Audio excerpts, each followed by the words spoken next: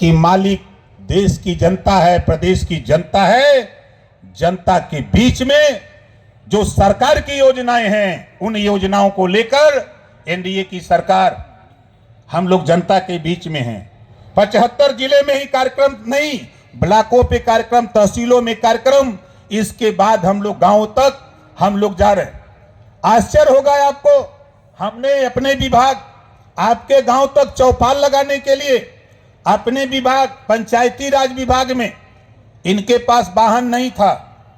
हमने मुख्यमंत्री जी से कह करके कि हमारे जो एडीओ पंचायत है, डीपीआरओ हैं, एडीपीआरओ हैं, हमारे तमाम अधिकारी डीडी हैं, इन पैदल कैसे चलेंगे। 100 करोड़ रुपया लेकर अपने विभाग के अधिकारियों को वाहन भत्ता देने का काम किया है और गांव में चौपाल लगाकर केंद्र और प्रदेश सरकार की योजनाओं को आपके गांव-गांव तक पहुंचाने के लिए हम लोग तैयारी बना चुके हैं। तो साथ ही देश में एनोथॉल के उत्पादन व आपूर्ति करने में उत्तर प्रदेश प्रथम स्थान पे है। ई मार्केट प्लेस जेम के अंतर्गत सर्वाधिक सरकारी क्रय करने वाला उत्तर प्रदेश देश का पहला राज्य बन गया।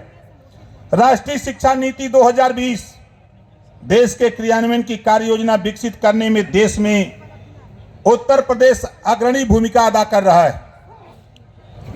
हमारे शिक्षा विभाग माध्यमिक शिक्षा, बेसिक शिक्षा के माध्यम से स्टॉल लगा हुआ था, मैं वहां गया। हमारी माताएं बहनें हैं, मैं आप लोगों से हाथ जोड़ के भैया अपील करूंगा कि देखो, आपके घर जब बेटा पैदा होता है तो आप लोग सोहर खूब मिठाई बांट के गाती हो, लेकिन जब बेटी पैदा होती है तो न मिठाई आती है न सोहर आता है। इसमें बदलाव ले आओ, इसमें बदलाव ले आओ।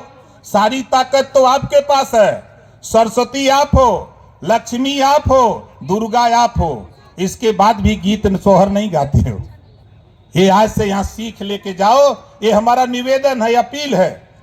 और एक और अपील करूंगा कि शिक्षा के सवाल पे देखिए, आज देश की सर्वोच्च कुर्सी पर, देश की सर्वोच्च कुर्सी पर महामहिम राष्ट्रपति महोदया द्रौपदी मुर्मू जी बैठी हैं, तो पता है वो किसकी देन है? सावित्रीबाई फूले की देन है।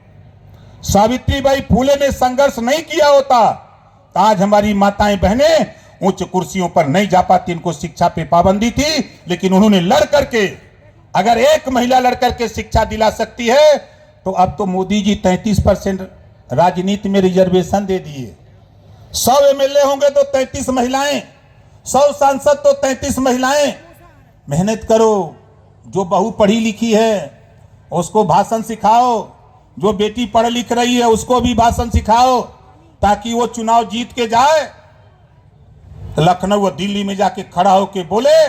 अभी जो धारावाहिक दिखा रही थी बच्चियां, रानी लक्ष्मीबाई बन करके वो ललकारे सदन के अंदर। ये हमारी सोच है, ये मोदी जी की सोच है।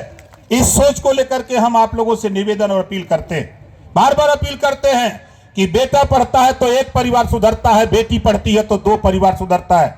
बेटी जब तक मायके में रहती है, माँ बाप भाई की सेवा करती है।